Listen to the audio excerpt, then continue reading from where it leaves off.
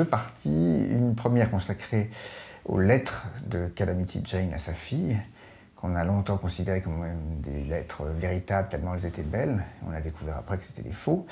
Et ensuite, les œuvres complètes de Billy the Kid, qui, on peut s'en douter, n'a jamais écrit une ligne. Et ces œuvres complètes ont été écrites par Michael Ondaatje, qui est l'auteur du Patient anglais, et c'est une de ses premières œuvres, et c'est un recueil de poèmes essentiellement. Le compositeur anglais Gavin Bryars a été contacté et invité pour nous rejoindre dans ce projet. Pourquoi? Parce que c'est un ami de l'ensemble des percussions claviers de Lyon. On a beaucoup travaillé ensemble, moi-même je le connais depuis très longtemps, et notre travail sur le long terme a fait qu'il a réussi à inventer une patte sonore, une matière orchestrale qui nous touche beaucoup, qui nous convient bien, qui sonne parfaitement bien en groupe. Et il se trouve qu'avec Jean, on s'est retrouvé sur ce choix de cet artiste, parce que je sais que Jean aime beaucoup la musique de Gavin Bryars. Ce qui rapproche les deux textes, c'est qu'on a une vision en fait des hors-la-loi, hein, de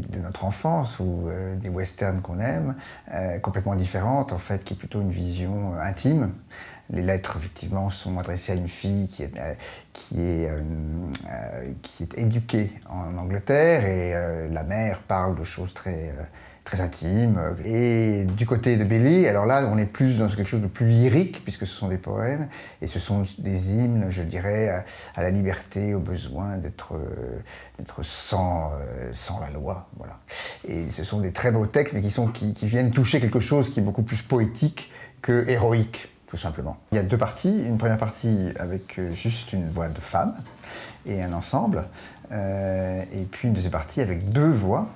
Et là, on aura donc la même soprano, qui est Claron McFadden, dont je parle souvent parce que je la trouve absolument formidable, et une autre voix, parce que pour la voix de Billy, en fait, Gavin Bryars voulait une voix qui ne soit pas une voix d'opéra. Et donc nous avons fait appel à Bertrand Belin, qui est quelqu'un qui vient plutôt du blues ou de la pop. Et il y aura, alors là, pour la partition donc, de Billy, un ensemble orchestral plus important. Ce sont les percussions claviers de Lyon, à ceci près que l'un d'entre nous va quitter les percussions pour aller au piano. Voilà, on est un petit peu tous pianistes, et ça sera l'occasion de tordre un petit peu la règle. Et puis, il se trouve que dans la pièce de Ben Jonson, Calamity Jane, il y a un violon dans l'orchestration originale. Donc avec Gavin Bryars, on a décidé de conserver le violon.